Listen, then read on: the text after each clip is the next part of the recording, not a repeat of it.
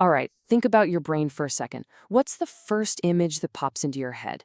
For most of us, it's probably this super complex biological computer, right? A tangled mess of wires, zapping signals all over the place.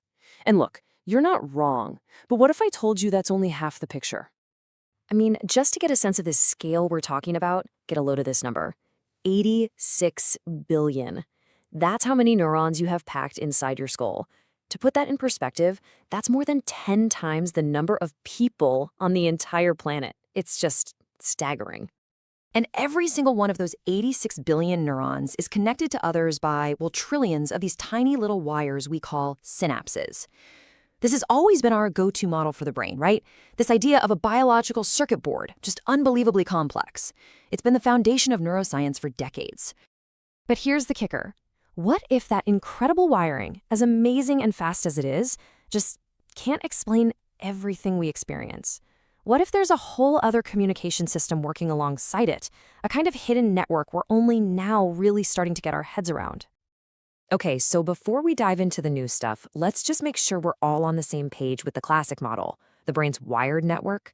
It's all about two things, speed and precision. Think of it as a point-to-point delivery service.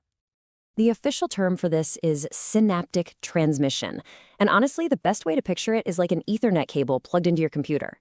You've got an electrical signal that shoots down one neuron, makes a tiny jump across a gap, that's the synapse, and boom, it delivers a very specific message to the next neuron.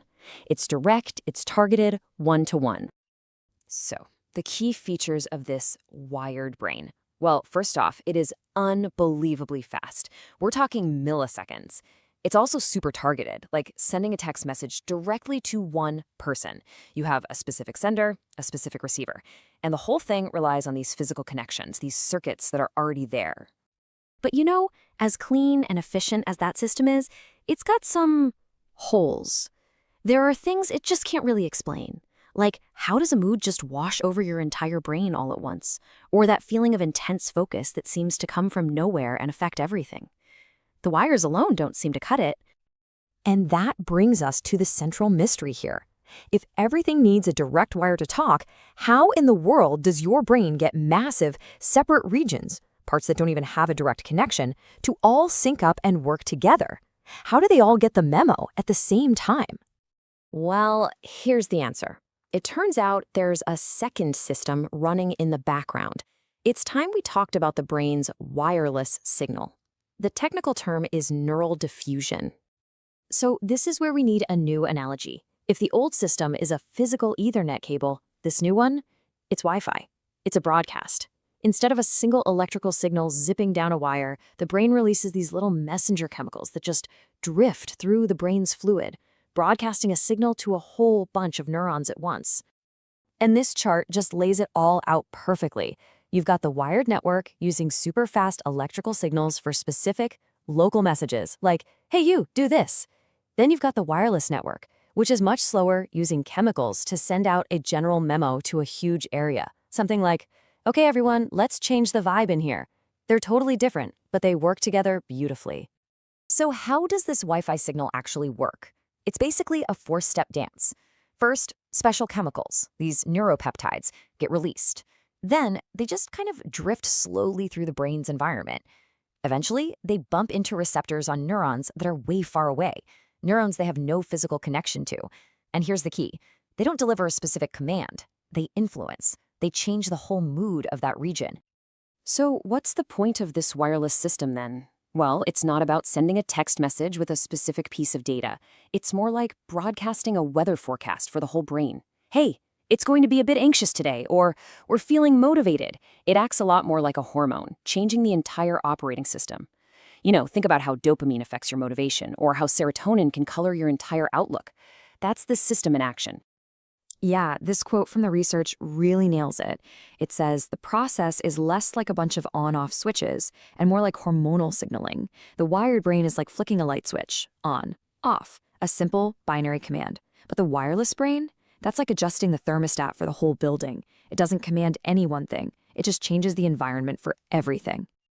And this isn't some abstract theory, okay? This is happening inside your head right now. In fact, there's a pretty famous chemical I'm sure you've heard of, oxytocin, that is a perfect example of this. Oxytocin is one of these neuropeptides, and it's basically the poster child for the brain's wireless network. It gets released and just drifts, promoting feelings of trust, of social connection.